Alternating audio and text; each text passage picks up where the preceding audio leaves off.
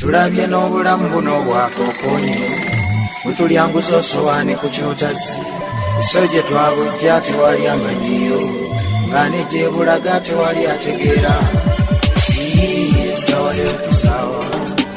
Zaali 11 mwezi ogwokutaano mwaka gwa 2024 Muteerabirwe yali omukozi wa Radio Buddu omu ku bakozi abasookera ddala ku radio eno Haji Siraji Hassan Magambo yava mu bulamu bw'ensi eno era leero wegiweze emyaka 2 bukyanga atuva ku maaso. Ku lunaku olwo gyalimiranga na biwoobe mu bakozi ba Radio Buddu mu baana n'abooluganda lw'omugenzi Siraji Hassan Magambo mu maka ge Ssenyange. Mpulire n'amazzi g'enze nti abadde taata bannange nga kitalonga mulabye nembabuuza ko abaddewo nagenza otuuka mu kisenge kyengalaga yeebase nesaagala mutawa nezeeyo kusaawa nga 5 nesaaga nga yeebase nezeeyo ku 6 neza omukwatako nga yakaze tegeeza senga wange. Wakati mu bikujjuko bya Radio Buddu eby'emyaka 25 bukyanga etandikibwawo mu mwaka gwa 2020 twagadde tukujjukize Muteerabirwe ono bangi mwamwagala nnyo era akyabali ku mitima olwa programu gye yakolanga ey'akalimagezi gye yakolanga buli lwa Sunday era bangi eddoboozi lye mu programu eno likyabavugira ne mu matu gamu. Baniriza nate mu programu yaffe eno ey'akalimagezi okuva kati okutuukira ddala wali ku ssaawa 6 inshallah. Embeera eri mu ggwanga erya Russia ne Ukraine lutalo lukyagenda mu maaso emisana n'ekiro balwana kumpi buli lunaku. Ensonga ey'okubiri ly'eggwanga erya Sudan ekiri mu y'Abawarabu president n'omumyuka we bakubagana emisana n'ekiro ani atwala ensi eyo nabyo bigenda mu maaso. Olutalo lwa Palestine n'eggwanga erya Israel nalwo lugenda mu maaso. Alo mukulu sebo banyabo munango lomuzei kakumba nga bulijjo saba saveya ngo okyali awo waliwo ogambye ekibba kimbirabye ku gundi ku YouTube wano biwa mazobiso ku internet nesi bitegedde bulungi ekibba ki kibba mabere gatya genjini agabakyala katokola otya walialaga kuba yaya abanyakula amasimu ojja kuyita kati yakujja kulako ebbere nga lyatutunda bagatunda wangi n'agenda ali kuzowa agagwa Museika kumbawo ampuliriza programu kalimagezi kati ekolebwa Kibombo Salimu buli wa Sunday okuva ku ssaawa 5 okutuuka ku ssaawa 6 ez'emisana. Wabulanga tannafaayo ekimu ku kyasinga okutiisa abawuliriza be programu ye gye yasembayo okukola oyinza okugamba nti yali azze kubasiibula mu butongole olw'ebigambo bye yayogereramu n'okubasiibula era bwe yafa bangi ku bannamasaka bakyogerako nga kw'ossa n'abakozi be baali boogera ku ebyo bye yakola nga ye batasobola kwerabira. Mbadde na ku kitanda mwebale kunsabirako Allah yannyambye n'envaayo era sinnatereera naye mbadde nina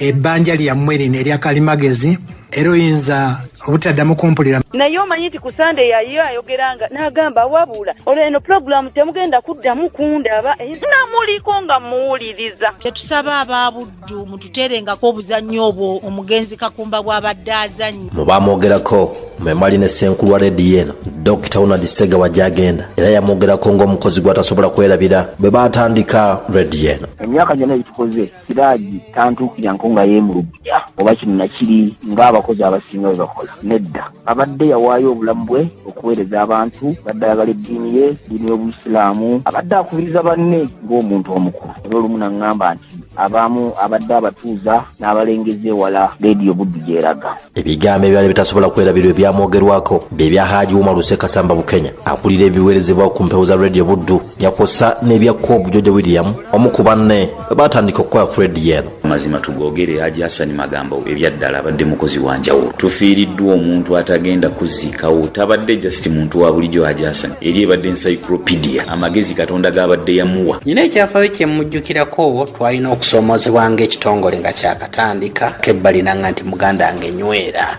Wabula mu mboozi yaffe eya leero era twagadde tukujjukize nti omugenzi Ssaalongo John Jones yakuze 80 eyali munnabyafaayo eyakolanga ne Haji Magambo program ebirwawo byerabirwa buli lwa 6 ku makya era naye yawezezza omwaka mulamba bukyanga ava mu bulamu bw'ensi eno kuba we yafiira ng'ennaku z'omwezi 10 omwezi ogwokutaano mu mwaka gwa 2025 eyali munywanyi we Haji Siraji Magambo we baakolanga kumpi lwe yaweza omwaka mu ttaka.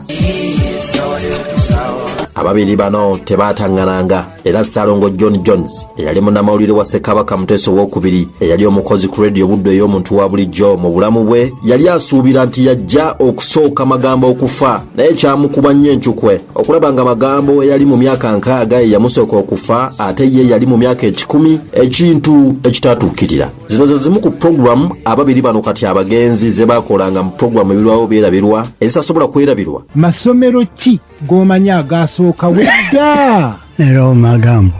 Ontegedde bulungi. Bina amasomero. Singa wabadde okimbuulidde bukyali. Nange ndowooza ne ngamba leero kamugwire bugwire. Tulabe ekigenda mu maaso. Webale nnyo ssebo. Nange wenkulidde amasomero agamanyiddwa yali Buddo. Salongo John Jones y'omu ku bannayuganda abaali basigaddewo abeetaba ku mikolo gy'ameefuga ga Uganda egyali ku 1962 eyagukwata nga munnamawulire yali munnamawulire wa Ssekabaka Edward Muteesa owookubiri era yali pulezidenti wa Uganda yasooka yeekenneenya nnyo buli pulezidenti wa Uganda ne bye yakolanga era yeetaba mu nkyukakyuka ya Uganda ne mu nkulaakulana y'Amasaka ne Uganda yonna okutwaliza wamu era okubanga mu bukadde bwe yasalawo okukola ku Radio Buddo ey'omuntu wa bulijjo okumanyisa bannayuganda n'okubasomesa ekyo tekisobola kwerabirwa. Ampuliriza nga Radio Buddo ejaguza okuweza emyaka 25 bukyanga etandikibwawo mu mwaka ogwa 2001 bangi abakozi abazze batuva ku maaso era kizibu okwerabira omugenzi Dickson Sengonzi eyakolanga program Twezimbe program Tumusinze era nga yasomanga n'amawulire eyali producer wa Radio Buddo omugenzi Chris Lukanga naye y'omu ku bajjukirwa n'abaala bangi era bonna tubasabira kimu Omukama abasonyiwe ebyabasobako. Nze Sebufu Matiya ku Radio Buddo.